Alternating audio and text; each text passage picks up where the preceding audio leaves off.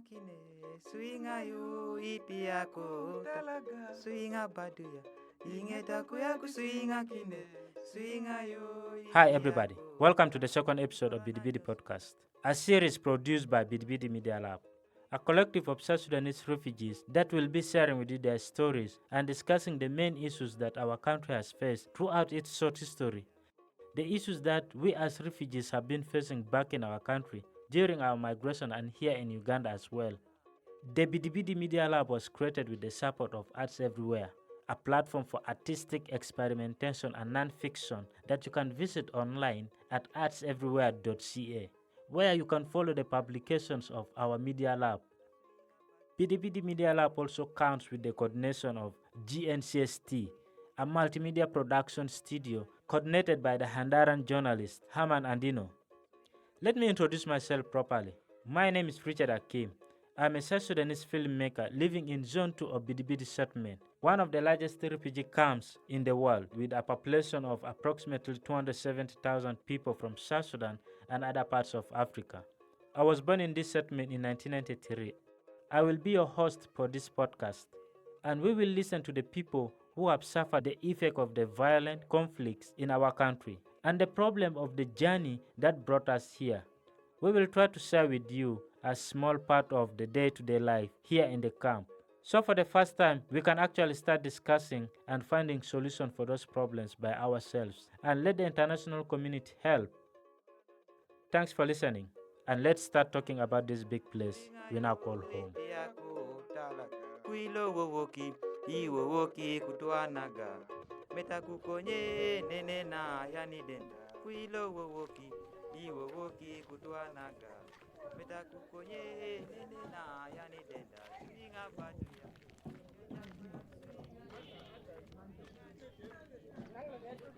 In the first episode of Bidi Bidi Podcast, we listened to a few members of our community, neighbors of Bidi Bidi Settlement, Zone 2, refugees in Uganda just like me and my family.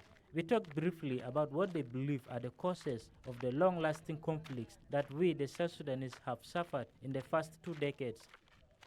In this episode, we are going deeper into the histories of those wars. We will listen to the stories of those who, without any other choice, tried to run away. We will discuss the real impact of war on the people on both sides of that rabid violence. We will listen to the testimonies of Mrs. Susan Konga, Mrs. Betty Ide, and Vivian Maneno, 3 women that arrived here in Bidi Bidi Settlement during 2016. Let's listen to Susan Konga, 24-year-old resident of Village 3 in Zone 2. I left South Sudan because of the war. The war, in fact, broke out, and it's very hard for people to live. The people that are fighting could kill the civilians, and there are no schools and other things. Getting food is hard. That's why we have to now cross and come to this side of Uganda. I feel sad and too painful, because here when you are brought, you are just thrown. Only you are supported with food and maybe some of the non-food items which are not enough. But most of the things we had, we've left them there. And starting life here is very hard. That's why things could not move on well. And being a refugee, you can just sacrifice like that. But all in all, we still have feelings to go back, and we still feel bad about our things that I've left back. I lost very many things. I lost my parents, I lost my best friends, relatives, and even my properties. The people I lost, like my brother, he was shot when we were almost coming, a week to our coming. When he was journeying from workplace to home, he was just shot, and we got his dead body and he was buried. Because war is not good. War brings people down, war makes people lose lives, and it keeps people in different places that you even don't expect yourself to be in. My name's Betty Ide.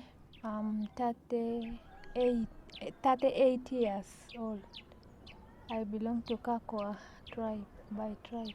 I'm from South Sudan. I stay normally in Yei River County. I remember my home place or village because I used to stay with my family. and also my clan, my aunts and uncles. That's why I can still remember back my family. There in village at night hours, we used to sit together with our grandparents and they talk to us, they teach us about their stories and we learn from them. This is the beautiful memory which I can remember. The work I've been doing, I'm a volunteer teaching small children in certain school, and also I have a small business which I run off. I can remember the war started in 2013. At that time when I was in Juba, capital city, then the war started there in Juba. We shift from Juba to Yei. Then from Yei even I reach Uganda here. Because at that time things are very hard. Even I lose my own brother. At that time he's working in Yei and he's very sick. They want to transfer him to Juba, but no way, and the medicine which they they wanted to give him, the medicine is not there in Yei. That's why I lose my brother. And then also I have a son of my uncle. When the two parties are fighting, they got him coming from the farm and then they shoot him also. Do you know why the war is going on in South Sudan? The war happens, it's between the leaders and because of the power struggle.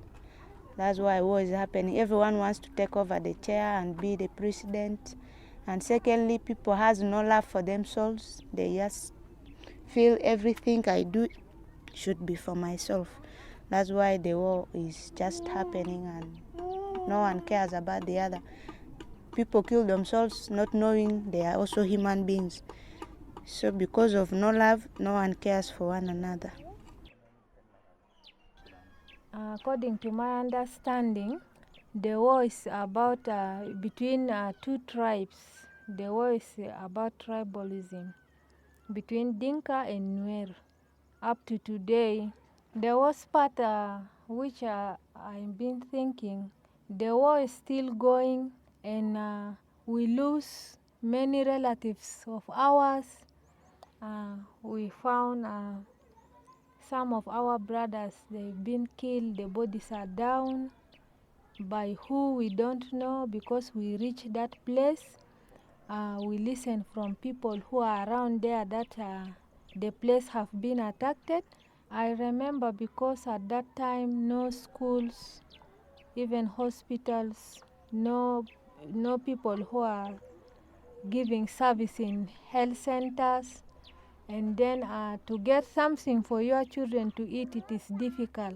That's why I decided to come to Uganda, because I want my children to be in school and to get a good medication and also good feeding. To come to Uganda is not easy, because from Yei up to here it is a long way. Then I have to think to get a small amount, maybe to hire a car to help us up to Uganda. That's why I sold everything out. I just come with my children without anything. I make plans because in our area where I stay, every morning people are coming to Uganda. For us women, it is different from our husbands, because for women we have children. Along the roadside, your son or your child will need something to eat. At least if you find a small place, then you will sit and then you will prepare something for your children to eat. Then you take rest for some hours. Then after that you can also start your journey. We travel in a number, but the majority are women and young boys. The journey was fair, but only that when we were coming, these people, the rebels are on the way. They can disturb, but they have not killed any of us. But it's only checking, robbing some of the things you have. If you fall on the bad ones, if you fall on the good ones, they leave you to go. But all in all, they've not killed any of us till we reached the border. All we've gotten here is some good attitudes, because Uganda is not a country of war. The greatest challenge was during arrival was disease. By that time there was cholera, and the cholera was because of the population. The population was too high. There are very many flies and dirty things. The places that people are taken, they are crowded. They just throw things anyhow, and people defecate anyhow. And that was the greatest challenge that people faced, cholera outbreak, and very many of us also lost life when we just arrived.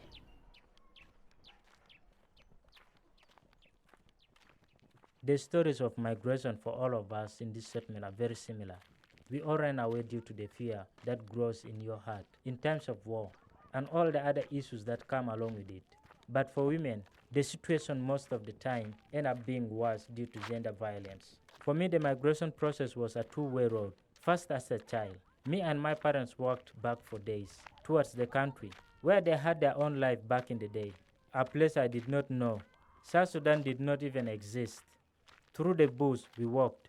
We jumped over landmines and dead bodies of other migrants that becomes the food of the vultures. Then I decided to come back to Bidi Bidi with my own family in 2016, just like Susan, Betty, and Vivian. I'm called Maneno Vivian. I lived in Yei, in a village called Dem. I was 13 years old, and I was in primary 5. So I was studying in Kinji Primary School. Okay, when I was with my parents, actually I enjoyed the life with them, because they put me into school, and we were also even living with them together. We make fans. They also tell me stories. Their stories, how they lived before. I was living with my parents, but when the war started, I ran alone, and also they ran alone, to the extent I came up with a parent which is not even mine. And up to now, I don't know where my mother is, my father is. And when we were coming, we foot right from Yei up to Busia. Then from there we were registered, then brought to the camp. It's something I don't know up to now. But what I know is that they are not there. I travel with my aunt. I can find some difficulties in my life because that woman, she's my aunt. And the way I'm living with her is not like the way I lived with my parents, my real mother and father. When I journeyed to Uganda, it was with my auntie. And she even lost her husband, but not during the war. There was no one who will construct for us a house, but she tried her level best to construct for us at least a small house to live in with. I found some difficulties where those people in the bush were taking women to be raped. So that time I also cried, I wish I could be a man, such that I'm not raped.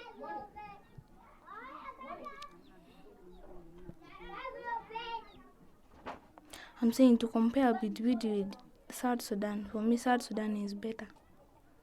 Because here, as you can also see, we're having some difficulties in water. There are no water here.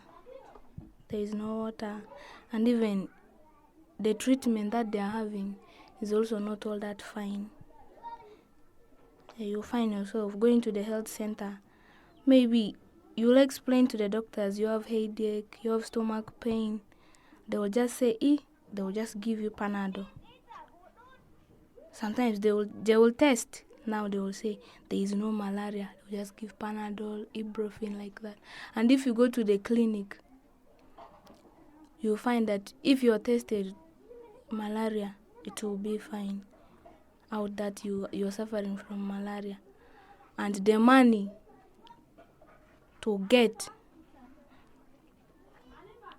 that you are to get for the treatment, some people will not able to afford.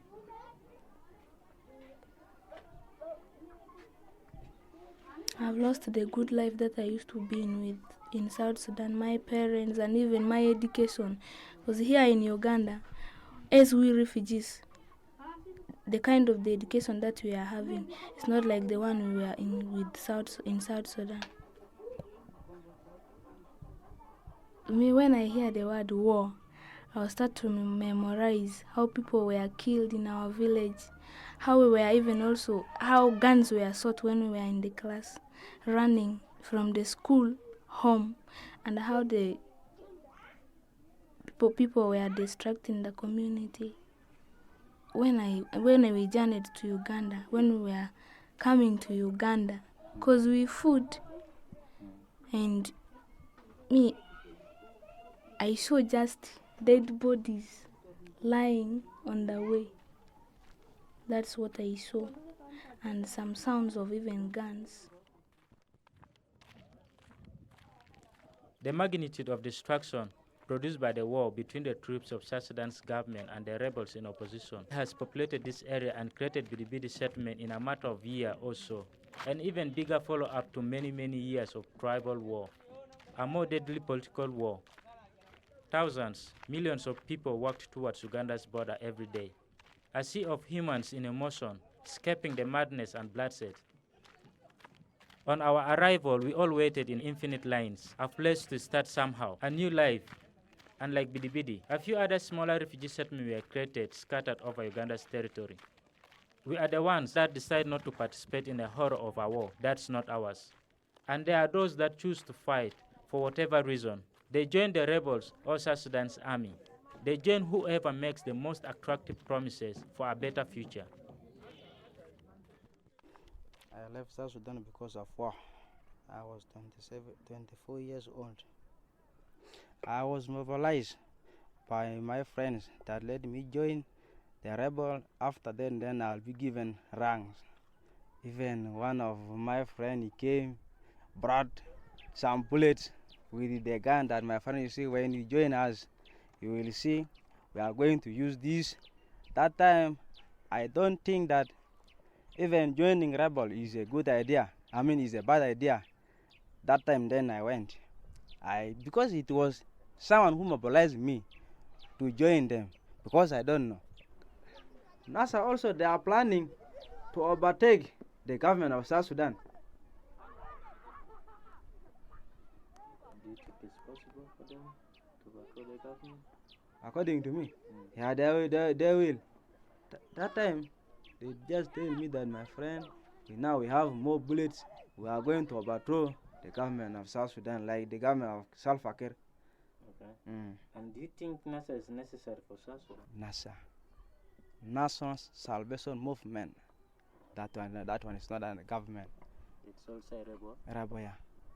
According to me, even I will not go and join that war. I'll just be running away, because war is not good. War, let me say war, it is coming from tribes. I don't want now to hear that word of war.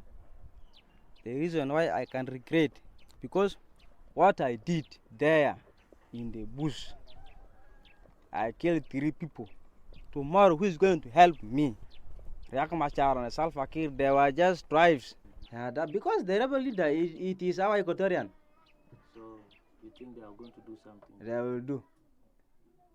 Salva Kiir with his people, what is there at the government, let me say, in the office, is only the Dinkas. Like, our people are not there. So, let me just talk like this. Because currently we are here, they come because of Salva Kiir. Salva Kiir and his people, he want just things to be only for them, not for others. That is why war just came out. That one is mobilization means you want to connect someone to come and work together with you. The rebels. The rebel leader that was Riek Machar. Yeah, the rebel which we were together with those of General Moses Lokujong. That one, it was our big person, General. When I was mobilized, I was taken there. And then, when I reached to the bush, I found their soldiers. You have to be in this office. You have to be work as a secretary for Moses Lokujo. And after that, we broke out from Panyume. Now from there, they took us to Panyume. Lokujo was a part of IO, that is in opposition government. IO, that one it means in opposition party. I was mobilized by that person who was from IO, Mr. Lekambo. If you come and work with us, we're going to give you a big rank. They didn't. Even I don't know now. That work, they give me that work. I worked for over 2 years without any salary. It is a waste of time. Because the reason why I went, they told me that they are going to give me this one rank. From the rank, they are giving me money. I was taken to Morato training wing. From Morato, also I was taken to Kendila for training. Train as what? A soldier. That on military intelligence. When you went for the training obvious, because it is my first time, I don't know those things. The first thing which I was given, this one, when there are some rebels coming, let me say that is your enemy coming, so you want to protect yourself from them. That is the first idea which was given to me.